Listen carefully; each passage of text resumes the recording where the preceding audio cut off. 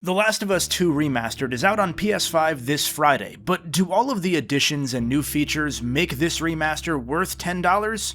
I mean, that's cheaper than Burger King, so yes, and it'll stay in your system for longer too, but the real answer is, surprisingly at least to me, probably not, depending on what you're looking for here, of course. First things first, review copy provided by PlayStation. Many traditional press outlets have had the remaster for over a month now, since a week after it was first announced, and most of those that were allowed to do early previews praised the new roguelike mode, the main selling point of this remaster. That mode, it's not very good. In fact, I think in a lot of ways it's antithetical to the game's combat design, and as somebody who really wanted more of this game's combat, I'm way more disappointed than I expected to be by it. I was so sure that I was missing something that I had to go back and check some of those early previews, which usually I wouldn't do since I know I'm covering this game, and everybody was, to my surprise, really fluffy about it. And I've got this weird gut feeling that this is going to get glossed over like the PS3 era one-off DLC this feels like it is, rather than the selling point for this new version of the game. So what I'm saying is, go in with the right mindset if you're considering a purchase. This is not a mode that has legs for anybody but the diehards. I'll go into that mode in more detail in a sec. The other features that this remaster has to offer are better graphics, which, of course, some extra skins but only for the two lead protagonists, DualSense haptics, and the actual cool stuff such as some optional new developer commentary over the cinematics, and 3 cut levels from the game, now restored to a playable but naturally unfinished state and separated off from where they would have been in the game, of course. That's about everything, and if you're out of the loop and questioning why I'm asking if this game's worth $10, it's because if you have a copy of The Last of Us 2 on PlayStation 4, even physical copies, it's a $10 upgrade. There's no reason whatsoever to consider spending the full $50 on this, because that's not what this game is intended to be. It's kind of a low bar that I'm impressed that they're only charging $50 for this. Anyway, that means that anybody can go to the store, grab the game for $10 to $20 used, and then upgrade for $10 more. So I guess the question is if it's worth $30, but that's less fun. If you've not played The Last of Us 2 before, say if you came from the HBO show, then yes, it's a game you should experience. It's a game that will make you feel conflicted, and it's a game that you should definitely talk about online. This new upgrade is naturally the definitive way to experience it, so if you're new, yes, get it on PS5. If you've already played the game before, the only reason to upgrade is, in my opinion, if, or maybe when, you're looking to replay the story. It's of course completely unchanged, unless there's some super secret chapter or epilogue that I didn't find. In fact, you can import your save from the PS4 version and it immediately pops every trophy and even the platinum here. I'm not going to talk about the story itself, of course, because I do feel it's one you should experience for yourself. What I will say is that coming back to it here in the remaster, the issues I already had with the gameplay back in 2020 are underlined and highlighted now. This is a more than technically sound game. It was the best looking game out there when it launched, and the remaster brings all of that and swaps in 4K textures, a 60 FPS option, hell, there's even a variable refresh rate option to get it to run above 60 if you have a compatible monitor.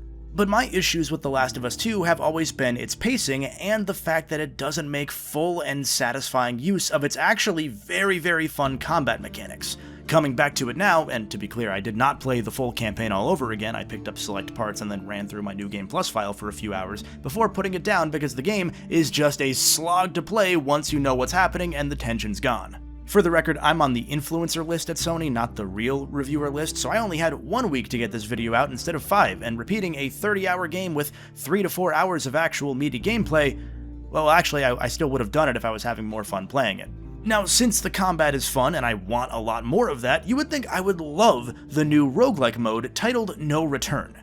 For the uninitiated on what a roguelike is, this is a mode where you start a brand new run through a handful of levels, starting from nothing and building up equipment and upgrades. If you die or you finish the run, you start all over from scratch again the next time you start, sometimes with a few permanent unlocks that carry over between runs. Those permanent unlocks in this game's case are characters that you can play as, and mods that randomly change some missions around. I was fully expecting to love this mode, for the record. I went in assuming that it'd be just random cutouts of story mode levels, thrown together with some encounters, modifiers, fun gimmicks, boom, easy formula for some fun gameplay that'll last, as long as I want it to. And that's what it is, but it's the kind of addition that feels like You remember in the PS3, Xbox 360 era when games just had random tacked-on DLC that's there just to add a bit more of completely unimportant gameplay that has nothing to do with anything else, and there was really clearly not much effort thrown into it? This is that. The most creative part of this new mode is that you can play as a wide cast of characters, and by that I mean 10. The Sonic side of this story has of course Ellie with unlockable Dina, Jesse, Tommy, and Joel. The Shadow side has Abby, Lev, Yara, Mel, and... Manny? The only reason I'm guessing he's here is because he was already designed to be a combat ally, so he has all of the pre-recorded voice lines needed, because they did not record any new lines for this remaster. Again, this mode is very clearly an intentionally lower effort thing because, hey, we're remastering it anyway, so let's mess around and add something neat that doesn't really matter. But because this is the selling point of the upgrade, I gotta point this stuff out, and it feels really weird that he and Mel are the two from Team Abby for story reasons that, again, we're not gonna talk about here. The neat thing is that each character has their own set of perks and occasionally anti-perks, and they start with a different set of weapons and upgrade trees specific to that character. Ellie gets more pills so that she can upgrade more things during her run. Abby heals every time she gets a melee kill. Tommy and Joel both get special kitted out custom guns that are more powerful to start the run, but they can't dodge because, well, they're older and their legs don't move like they used to. Stuff like that. This would be enough to justify playing through the roguelike mode at least like 36 or so times if you want to play as every character. See, for each team, you've got to play through a few runs with the first character to unlock the second, then a few with the second to unlock the third, and so on. It's a compromise between the usual roguelike design and a more casual player-friendly approach, trying to act as a sampler so that you can try out every bit of content this mode offers without having to have the skill necessary to beat runs to get new stuff. There are other unlocks too, stuff that drip feeds you as you play more runs, but the drip feed and the stuff itself kind of make this mode feel way more bare bones rather than a deliberate easing into this deeper style of gameplay. What does a run look like when you first play this mode? You start in a little hub area with your character of choice, and then you pick your levels in an occasionally branching path. Then you're plopped into that combat area, you get a bit of time to grab supplies and repair, and you're tasked with either defeating 3 waves of foes who have a general idea of your location to start each wave, or you're actively being hunted by an infinite and growing number of enemies, and you have to survive a few minutes when they know exactly where you are. If you die at any point in any level, boom, your run's over, you gotta start a new run. But if you finish a level, you go back to the safe house with essentially no fanfare at all, and you can use the money you earned on the run to buy stuff from a little shop, you can use parts to upgrade your weapons, or you can use pills to upgrade your character-specific upgrade trees. Then select your next level, rinse and repeat 5 total times before fighting a boss at the end. A run only lasts maybe half an hour. It's bite-sized enough that you can grab 1 or 2 potato chips out of this bag and eat them before moving on. But that addictive potato chip factor that makes roguelikes so fun, here, well, it isn't here, which I guess is good for your diet. Now, why do I say it's not there? Well, the only reason runs last 5 waves specifically before a set boss encounter is because there are only about 20 total combat arenas, and the level board per run already has 13 of those levels selected at random without any of them repeating. Within a few runs, you'll have seen every single area outside of the later boss encounters. The next boss, by the way, is unlocked once you beat the current one, and once you have them all, it'll start to randomly cycle between them. That's a handful of maps, 4 mission types that themselves don't have a lot of variety, 4 enemy types, 3 of whom are just humans with different kinds of weapon, and this mode asks you to do that over and over and over again, with very few modifiers sprinkled in. And these areas aren't significantly changed from the story mode. Some parts are blocked off, but they're mostly exceptionally small, like this motel lobby that's essentially 4 rooms, or the big room from the TV station area, or a few random houses, or 2 streets. These areas, in their hand-designed story mode setups, they're good, but when they're blocked off with random enemies plopped into it at random points on the map, it highlights a huge issue with the game's enemy pathfinding and strategies, also maybe enemy variety, but that's neither here nor there, enough that it kind of reveals the man behind the curtain a bit for the campaign's combat setups, and it actually sort of hurt my opinion of them a bit too. At least in 3 of the 4 modes that's how it feels, because it forces the enemies into a set state of alertness. There are 4 total mission styles in No Return, 2 of which are unlocked from the start, and 2 of which are unlocked by playing the mode itself a number of times. Assault is the wave-based one. This one is fine enough. The enemies know that you're there and they're gonna try to find you, but you can still at least try to use stealth and use it pretty successfully. In earlier rounds, this mode only tends to put 3 to 4 enemies in each wave, which makes it a bit of a joke to go through. The 3 human factions tend to each split up, which makes it super easy, and the infected just kinda walk around a bit, which also still pretty easy. Hunted is the mode where you run and hide from an endless horde of enemies. I believe this is a poorly designed mode.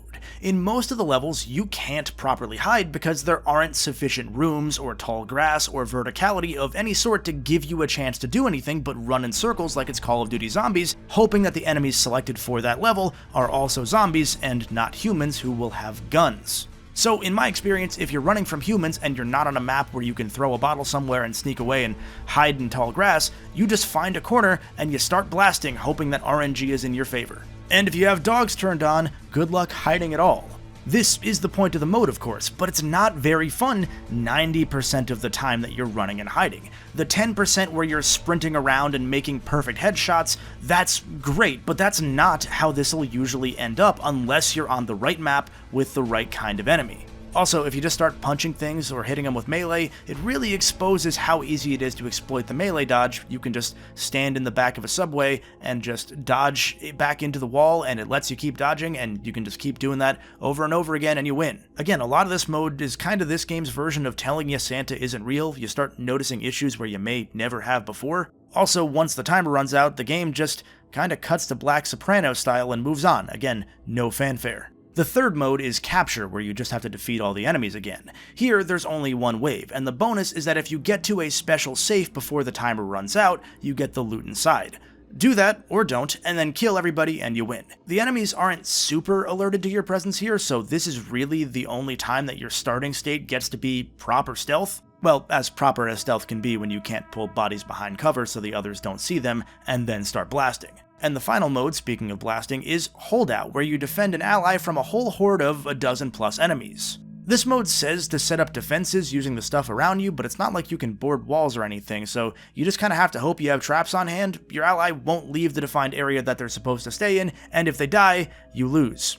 Occasionally, allies will show up on the board on other styles of mission too, where they're both much more helpful and also not an instant failure if they get taken out. There are other wrinkles that get added in as you play this mode more and more and unlock them, like the chaotic mods that can sometimes make enemies invisible or make it rain Molotov cocktails or give you some slight buffs or debuffs, as well as a supply drop where putting in the requested item grants you a really good weapon for free in the safe house between missions. But these don't really show up often enough or have enough of an effect, and none of it changes the prevailing feeling that all of this is just here, like when every game had an obligatory tacked-on horde mode back in the PS3 era. This is that, but for roguelikes now.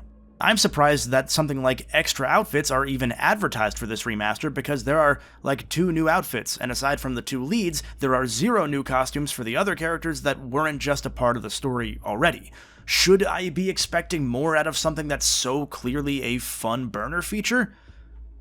Kind of, actually, yeah. This series aims for prestige, and this reminds me of that fun but unbalanced tacked-on multiplayer that the first Last of Us had. I enjoyed that multiplayer because at least that mode, as janky as it was, it had variety to it. This just isn't gonna scratch the more cool Last of Us combat itch that a small portion of fans like myself have, or at least it won't scratch it for more than an even smaller portion that were already gonna buy this anyway. Alright, that was kind of a lot, but I really wanted to like this no return mode. However, unless you're the kind of person theory crafting new cool ways to take down the base game's encounters, this just isn't gonna be for you for more than maybe a few hours. The behind the scenes stuff is very neat. I really enjoyed exploring cut levels and hearing the design philosophy behind them, but that's because I'm a loser who likes that kind of stuff. There's also a trailer for a making of documentary about this game, filmed back in 2019 and 2020, and then never released until now. It's very, there's a lot of auto-filleting at times, even for a hype-up trailer, but the doc's even going to be going into how The Last of Us 2 was leaked and how the studio responded internally, a human element that's often lost in that kind of stuff. Now, why is this trailer one of the big bonuses for the remaster only when I'm pretty sure Sony's just going to put it on YouTube within a few days of the game's launch anyway? Your guess is as good as mine.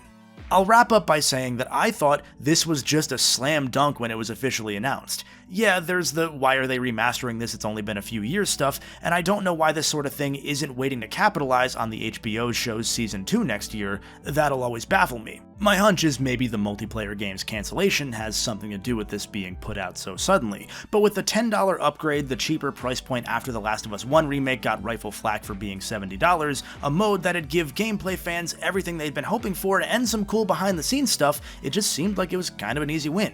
Then, the new mode's middling at best. The behind-the-scenes bonus features are only 4 hours long because there are only 4 hours of cinematics in this game, and very few human eyes are going to be able to tell the difference between a 1440p PS4 Pro game upscaled and running on PS5 at 60 FPS, and a slightly more expensive version of that same exact game that runs natively at 1440p or higher, and then is upscaled further from there. If you're a big fan of The Last of Us and you want to go back to the second game 3.5 years later, this is a fine enough reason to, more than a fine reason to, and you'll get $10 worth out of it. But unless that's you, or you haven't played the game at all and want to now, this isn't the product for you. And in fairness, I guess it probably wasn't designed to be for you or me. I get that, but they also sent this out as a product to be reviewed by all the major outlets, so we've also got to do our jobs too. I'm not one of those major outlets. I don't want to sound like I am. Now, if you're new here, I'm usually much more positive on things than this. I promise I'm not a downer. I make retrospectives and documentaries on behind-the-scenes history of different games, developers, companies. I don't know, check this one out about THQ's collapse. Okay, that's actually kind of a downer too. Shit. Well, whatever. As always, until next time, stay golden.